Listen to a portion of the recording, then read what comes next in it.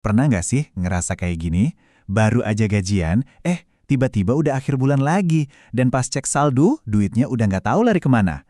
Nah, kali ini kita bakal coba bongkar bareng-bareng di mana sih sebenarnya letak kebocoran uang kita. Dan yang paling penting, gimana cara nambalnya biar nggak bocor terus. Oke, kita mulai dari sini ya. Dan ini jujur aja agak jelek sih. Kena banget kan? Sering banget kita ngeluh, gaji gue kurang gede. Padahal, mungkin banget, masalah utamanya bukan di situ, tapi di cara kita ngatur prioritas pengeluaran. Dan perasaan ini tuh kayaknya universal ya. Kita semua pernah ngalamin. Rasanya tuh kayak lari di tempat di atas treadmill keuangan. Kita kerja banting tulang, tapi kok ya nggak kemana-mana. Gajian numpang lewat doang, langsung ludes buat bayar ini itu. Kayak kejebak gitu kan? Nah, ayo kita cari tahu bareng-bareng kenapa bisa begini. Oke, sekarang kita masuk lebih dalam lagi. Kita bakal coba ungkap apa sih alasan sebenarnya di balik semua ini.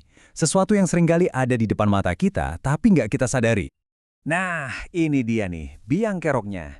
Kesalahan paling mendasar dan paling bikin dompet boncos adalah karena kita sering banget nyampur adukin antara apa yang kita mau sama apa yang benar-benar kita butuhin buat hidup. Dan ini jangan dianggap remeh loh, kalau dibiarin terus-terusan dampaknya itu, serius banget. Kita bisa selamanya terjebak di siklus yang sama. Gali lubang, tutup lubang.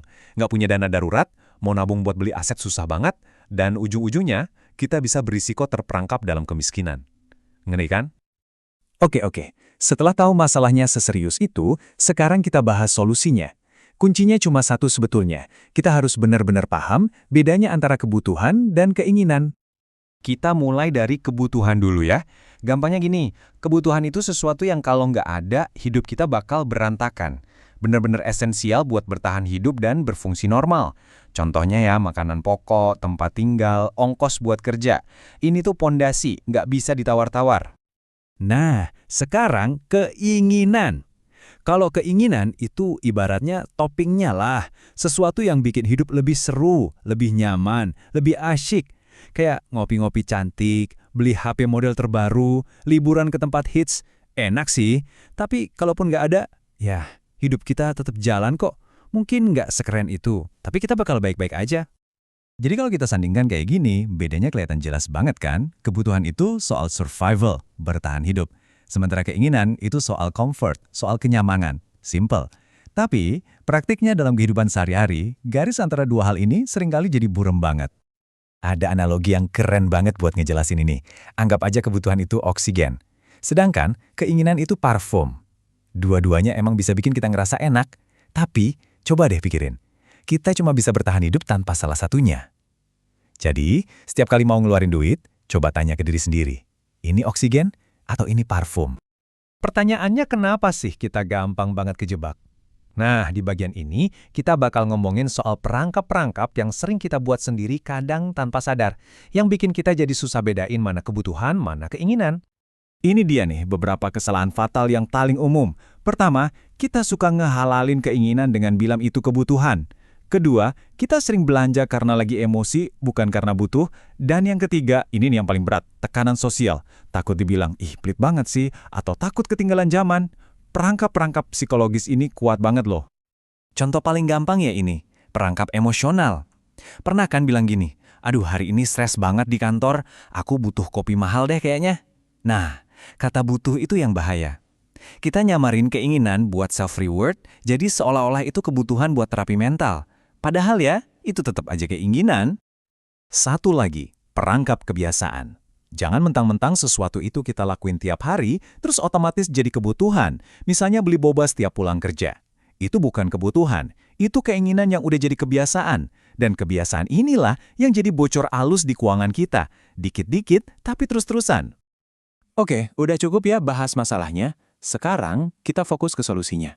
Gimana sih cara menerapkan semua ini biar keuangan kita bisa beneran berubah? Yuk kita lihat contoh nyatanya.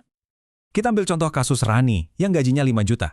Coba perhatiin deh, pengeluaran buat kebutuhan pokoknya tetap sama, 3 juta, nggak diubah. Keajaibannya ada di kolom keinginan. Tadinya 1,5 juta buat jajan dan nongkrong, sekarang dipangkas jadi 800.000 aja. Hasilnya apa? Tiba-tiba ada duit 1,2 juta yang bisa dimasukin ke tabungan dan dana darurat yang tadinya 0 besar. Ini bukan soal hidup sengsara ya, tapi soal jadi lebih pinter ngalihin dana. Terus gimana caranya kita mulai? Gampang kok. Ini ada rencana aksi 3 langkah. Jangka pendeknya, tiap kali mau beli sesuatu yang nggak esensial, tahan dulu. Kasih jeda 24 jam. Biasanya nafsunya udah hilang. Jangka menengah, coba deh bikin rekening terpisah. Satu khusus buat kebutuhan, satu lagi buat dana jajan. Dan buat jangka panjangnya, biasakan diri buat hidup di bawah kemampuan finansial kita. Ini bukan pengorbanan loh, tapi sebuah kebanggaan. Nah, pada akhirnya, semua tips dan trik tadi itu akan percuma kalau satu hal ini nggak berubah. Mindset atau pola pikir kita soal uang. Ada kutipan yang bagus banget soal ini. Coba deh renungin. Semua orang, mau kaya atau miskin, pasti punya keinginan. Yang jadi pembeda itu adalah siapa yang bisa ngendalin keinginannya dan fokus ke prioritas jangka panjang. Jadi, sukses secara finansial itu soal pilihan dan disiplin, bukan cuma soal besarnya gaji. Penting banget buat dicatat ya, tujuan kita di sini tuh bukan buat jadi anti keinginan terus hidup sengsara. Sama sekali bukan.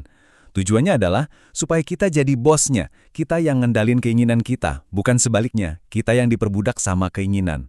Enjoy hidup itu boleh banget, asal caranya cerdas dan terkendali.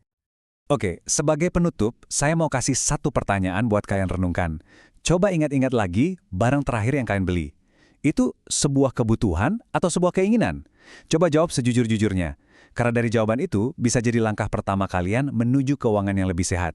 Terima kasih sudah menyimak.